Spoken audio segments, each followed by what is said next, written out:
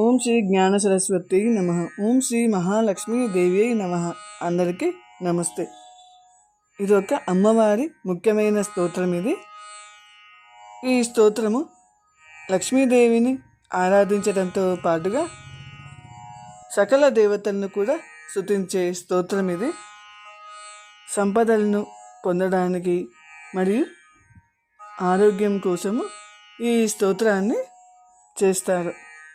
అలాగే భక్తుల కోరికలను తీర్చమని ఆ లక్ష్మీదేవిని ప్రార్థిస్తూ స్తుతించే స్తోత్రం. వివాహము అవ్వాలని కోరుకునేవారు 41 రోజులు క్రమం తప్పకుండా ఈ స్తోత్రం చేసి ప్రతి శుక్రవారము ఆవు పాలతో చేసిన పరమాన్నము నైవేద్యంగా పెడితే త్వరలో వివాహము జరుగుతుంది.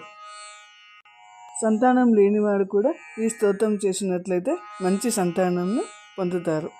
సర్వదేవకృత శ్రీ లక్ష్మీదేవి స్తోత్రం.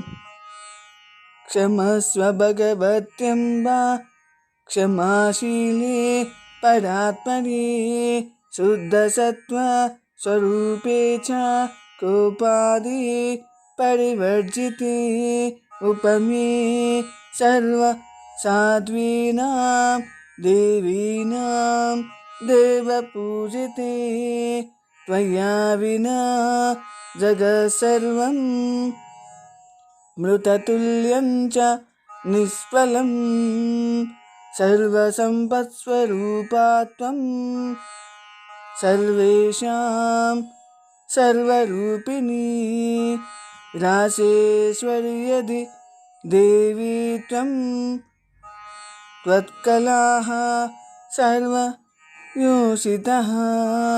కైలాసే పార్వతీ త్వం చ క్షీరోధి సింధుకన్యకా స్వర్గే చ స్వర్గలక్ష్మీస్త్వం మర్త్యలక్ష్మీ చ భూతలే వైకుంఠే చ మహాలక్ష్మీః దేవదేవి సరస్వతి గంగా చ తులసీ త్వం చ సావిత్రి బ్రహ్మలోకతః కృష్ణప్రాణాది దేవీ త్వం గోలోకే రాధికా స్వయం